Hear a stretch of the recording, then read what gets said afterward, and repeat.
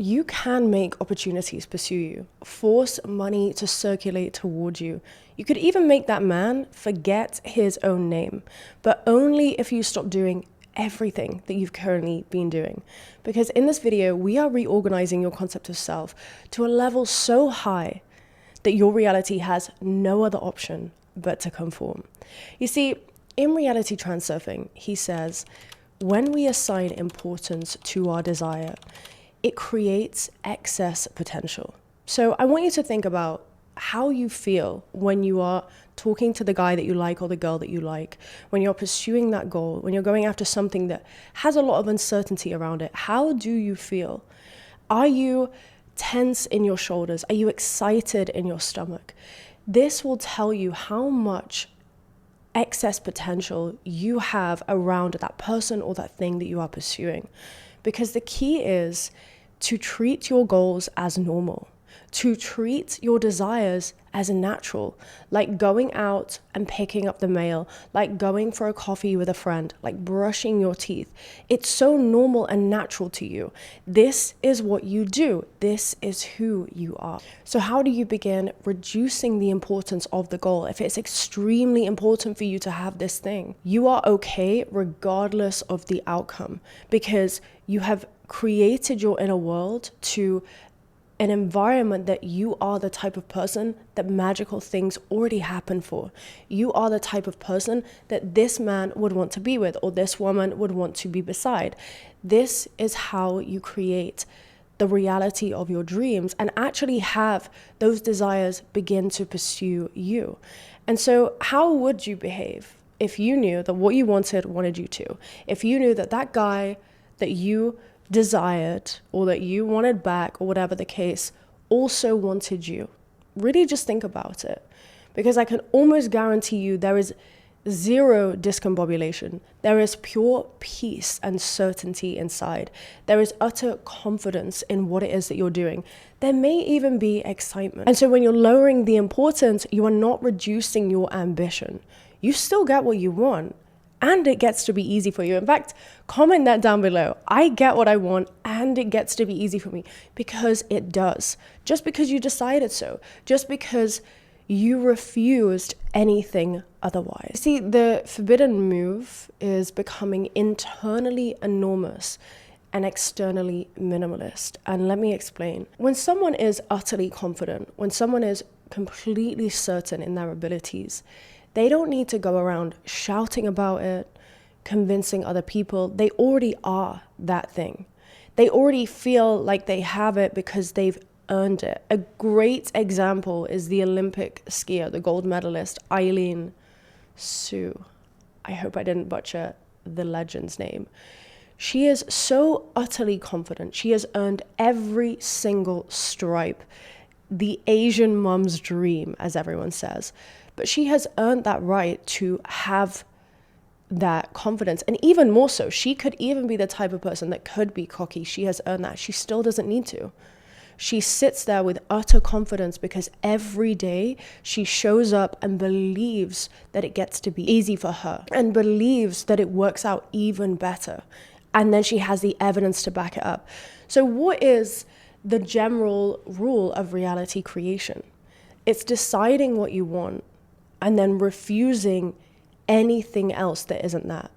This comes with having higher standards. This comes with showing up every day, and not in like a forceful hustle culture, boss babe way. I don't think as women we really need to do that, because our feminine energy is the root of creation. So we can create literal children, like we're magic, okay? The same is for guys as well, but I think with guys it's more action. There's a lot more action involved. And so when you understand this, you can decide what you want, and not the small version, not the baby version. Oh, I want to make however much. No, I want you to go for the highest extreme that you can think of, and then blow that out of the water. Because why wouldn't you aim that high? Why wouldn't you want to stretch yourself to that level? Why wouldn't you want greater things for yourself? I think something that I really did for myself is I tried to hide myself with this YouTube. I tried to not be seen and just kind of share this information that I found really useful, right? I didn't really expect to have an impact. I didn't really expect many people to view this YouTube. I mean, remember my first videos, I was getting like 7 views, and I just kept uploading meditations and uploading affirmations and speaking about, all the stuff that had helped me heal. But I didn't want to be seen. Oh, no, no, no. I didn't want the world to know me. Oh, no, no, no. If I meet you out in public, you'll never know that I have a YouTube, right? Why would somebody do that? Why did I do that? You get to be seen, you get to be heard, you get to be big, you get to be bold. People think, oh, you're a tryhard. Why wouldn't you want to try hard? Why wouldn't you want to squeeze life as hard as you can? And so when you are making these goals and having these desires, don't just decide for the smallest thing, like, oh, maybe I can make 10 grand a month. You can't live on 10 grand a month in this world anymore. I'm sorry, but you just cannot. The goals have to be bigger. Things have to be bolder. You have to decide that if it gets to happen for them, it can also happen for you. And once you move with the certainty, it's almost guaranteed that reality is going to chase you. The goals are going to chase you. And another way is being okay, being sat at any table, no matter how nice and juicy and sexy the table is. You can walk away from any table at any time. If your needs are not being met, if you're not being respected, if you're not being treated how you want to be treated, you can just walk away and start again. It doesn't matter how old you are. It doesn't matter how many times you start again. You can do it again and again and again. That's the power of life, that we can constantly reinvent ourselves no matter what has happened in the past. And so instead of clinging on to things or people like, maybe they'll change, maybe they'll like me. No. You get to decide, this doesn't work for me. And I've sent paragraphs and I've explained myself a million times. I'm not doing this anymore. This is what I want. And I'm relentlessly embodying that state as if it's already done. And that's how it begins to show up. Now, the thing is that you really want to be saturating your mind on a daily basis about the end, right? So let's say you want a new kitchen, for example, and you're manifesting the money for a brand new kitchen. Or let's say you want, let's just use the kitchen, for example. Every time you're walking into your kitchen, congratulate yourself on a beautiful job. Didn't I do such a good job at designing this kitchen? Isn't it so beautiful to be in my new home? Isn't it so wonderful that I managed to create this life? Isn't it so wonderful that I did this? Constantly reaffirming. Don't be pointing out all of the things that have gone wrong in your home, all of the things that are not working. Constantly use those visual cues as a reminder to remind yourself of the new reality as if it's already here. Because when you're moving with that certainty, when you're moving with that belief, it's really only a matter of time before reality catches up. So what's there to be sad about? What's there to be upset about? Like, it's already done. Another thing is prepare to receive.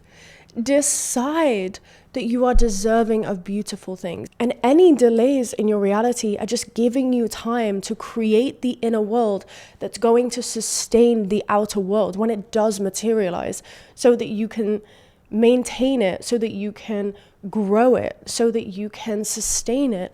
This is the power of these delays. They're not denials. Delays are not denials. They're telling you, okay, something needs to happen inside of you, not externally, but inside of you, to confirm that when you do get these things, you have the facilities to withstand anything that happens, just like a lighthouse. And that's the power of these delays. But people get stuck at these hurdles and they quit.